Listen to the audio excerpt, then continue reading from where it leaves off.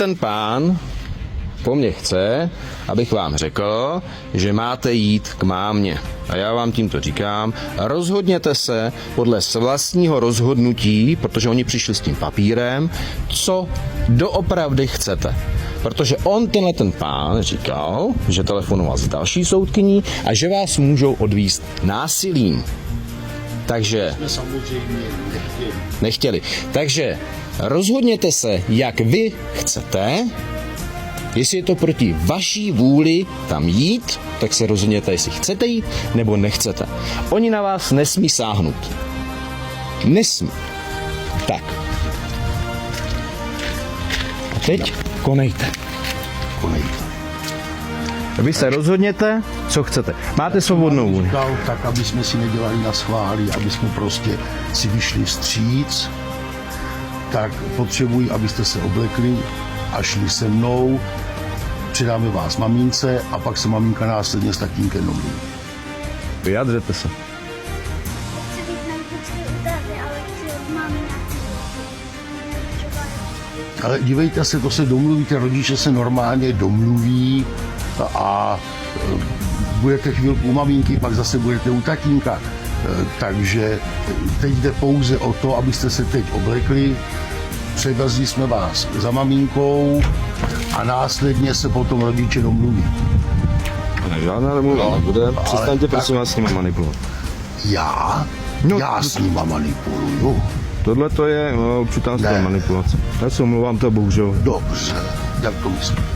Ale jo, tak jak jsem vám říkal, aby jsme prostě tady nedělali opravdu nějaký špatný věci nebo něco, oblečte se, pojedete s náma a rodiče se následně domluví, jestli budete u maminky nebo u tatínka.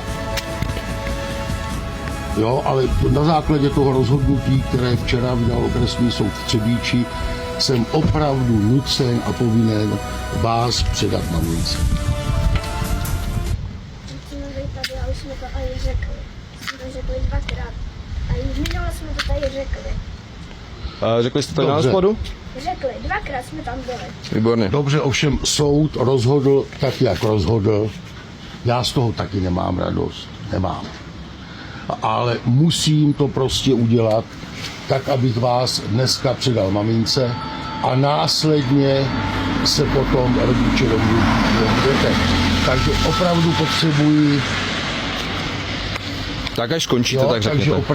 opravdu potřebuji, abyste se převlekli, aby jsme tady nedělali prostě nějaký zlý věci, aby jsme vás nechytali násilím, to je špatně. Ale aby jsme se domluvili, prostě jste rozumní, už nejste malinkatý děti, jste rozumní, takže se převlečete, my vás odevzdáme mamince a následně se potom rodiče domluví. Tak, takže tímto vás vyzývám, abyste opustili tady prostor mýho pozemku. Podívejte se to, co působíte mým dětem na základě matky a soudkyně. Působíte jim stresovou situaci, podívejte se na to, co vy děláte. Děti už se několikrát jednoznačně vyjádřili, že k matce nechtějí. Tímto vás vyzývám, abyste znova zavolal Heleně Štole, nebo jakémukoliv soudci a probral tu situaci znova. Ano, soudce o tom ví, že rodiče nechcou jít. Ne, rodiče nechcou jít, ne, děti. Děti nechcou jít. Tak. Takže tímto vás vyzývám, abyste znovu kontaktoval soudce a začal tu situaci řešit. Ne, protože ta situace už jsem ji konzultoval. Je to na vašem... Z té konzultace prostě vyšlo to. Situace začíná být čím dál víc kritická. Ano, že děti se opravdu musí převést. Ne, nemusí. Na základě rozhodnutí okresního soudu se děti opravdu musí převést. Děti si to nepřejí.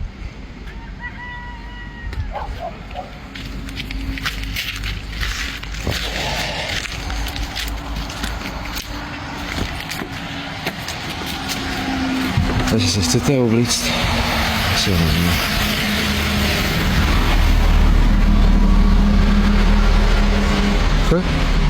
Takhle se chová stát Česká republika. Oni za to nemůžou, ale Helena Štola a další soudce.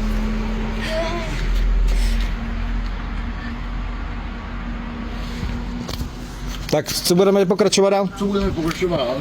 stále vás vyzývám, aby se děti oblekly a jeli s námi tak, aby se předali matce na základě usnesení okresního soudu v Třebíči. Tak, já jsem děti několikrát vyzval, já dětem nebráním, máte to tady na kameře, to máte taky zapnutý, bliká to, výborně, jste tady svědci, vyzval jsem je několikrát, Ano, tak a tím to skončilo. ale myslím si, že nebudeme opravdu tady na sebe ulákat nebo dělat si nějaký naschvály. Jo, to usnesení prostě bylo vydáno a na základě toho ty děti se musí prostě převést. Já z toho taky radost nemám, tak jako vy, ale prostě, Já dětem nebráním, ale je potřeba toto. pokud se dětí dotknete, okamžitě volám další hlídku, aby o vás vyřešil.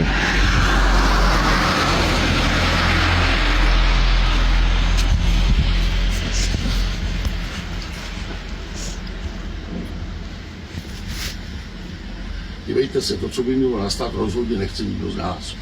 Pokud se dětí dotknete proti jejich vůli, Nikdo z nás. pokud se Zase dětí... vyzývám na základě usnesení okresního soudu v Třebíči, aby se děti, dívejte se, jenom je stresujeme jako barva. Vy je stresujete na základě křivého rozhodnutí z roku 2023, na základě křivého trestního oznámení matky nezletilých dětí, že děti týrám.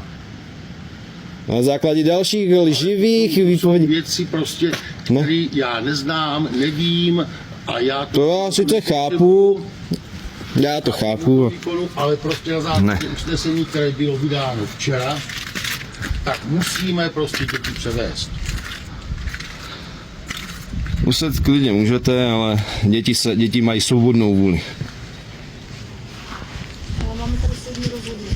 Mě soudní rozhodnutí nezajímá. Je to v zájmu dětí, ne v zájmu státu. Zájem dětí je na prvním místě, nad soudním rozsudkem. Tečka. Listina práv a svobod. Nevím, soudní rozhodnutí. Tak si to zjistěte. Usnesení z včerejšího dne. Děti opravdu musíme převést. Následně se s matkou domluvíte. Není na čem se domluvat. Spojení prostě. Není na čem se domluvat. Dělá kvůli dětem. Dělá se to kvůli dětem? Děti spokojení. Jsou děti spokojený? Jsou děti spokojený v současné chvíli z tohoto, co vy tady konáte? Musím převést. Děti, když řeknou, tak vy se jich nesmíte ani dotknout. Tečka. Pojď si vzít. Vůbec. Budeme tady stát hodinu, 2, 3. Já půjdu dovnitř, protože tady nebudu stát. No tak vidíte. Ale já vás... Tam přijde nutně, aby se nám stala, proč jsme nechtěli. Ale to si s maminkou vyříkáte, je to maminka. Nechci! No. Slyšel jste? Takže vás žádám v rámci normálnosti, abyste se spalili a jeli. A já zase na základě usnesení, abych to děti oblekl. Obleči se. Ne, je to proti jejich svobodné vůli. Tečka. Na základě usnesení.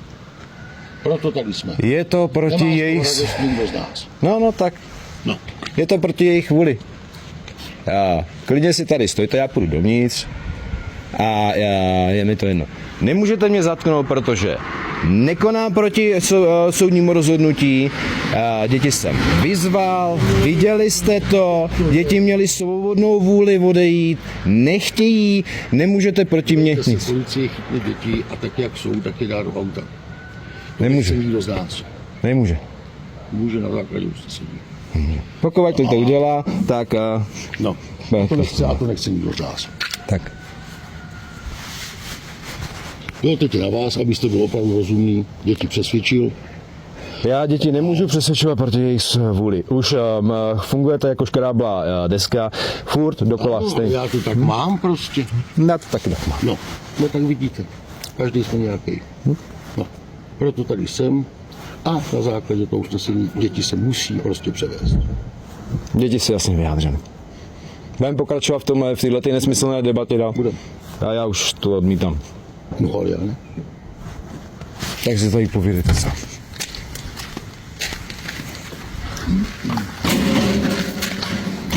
Dívejte se, domluvíme se jako lidi. To už jsem chtěl. Opravdu, že jo? To už jsem. Odstupte si.